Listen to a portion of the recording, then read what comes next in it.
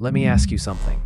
Have you ever looked at your calendar, your to-do list, or your business and thought, why am I even doing this? You used to feel inspired.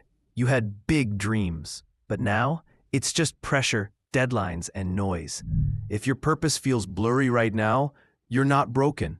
You're human. And in this video, I want to show you how to find your way back.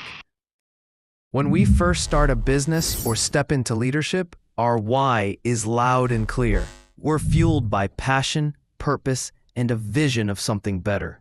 But over time, the grind can wear that clarity down. We get caught up in surviving, not building. We chase the next sale, the next milestone, the next fix, until one day we look up and feel disconnected from the very thing we were once excited about. Here's the truth. Purpose isn't a one-time decision. It's a practice. And just like anything meaningful, marriage, health, faith, it needs to be revisited, refreshed, and reconnected with. James built a thriving consultancy. Revenue was good, clients were happy, and he had a small team. But he began waking up dreading work, not because it was failing, but because it drifted far from what he set out to do. Initially, he wanted to help small, value-driven businesses grow with integrity, but he began to accept every client, even ones who didn't align. Eventually, his days were full with work he didn't believe in, so he stopped, took a retreat, and asked himself, what kind of impact do I want my work to make? Here he found his why, again. He didn't burn it all down. He just realigned. He tightened his focus, redefined his ideal client, and started saying no more often. Within months, he felt alive again, not because things got easier, but because they felt meaningful again. So how do you keep going when your why gets blurry? 1. Pause the hustle. Clarity doesn't come through noise.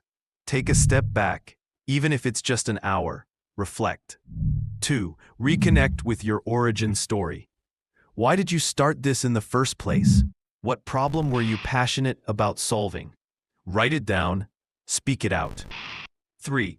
Look for the impact, not just the income. Ask yourself, who is better off because I do what I do?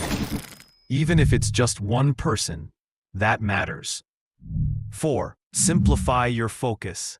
Sometimes our purpose gets buried under too many tasks. Cut what's unnecessary. Focus on what fuels you. 5. Talk to someone who knows your heart. Not just a coach or colleague, but someone who sees the real you. Sometimes we just need a reminder of who we are. Here's what I want you to remember. It's okay if your why feels fuzzy.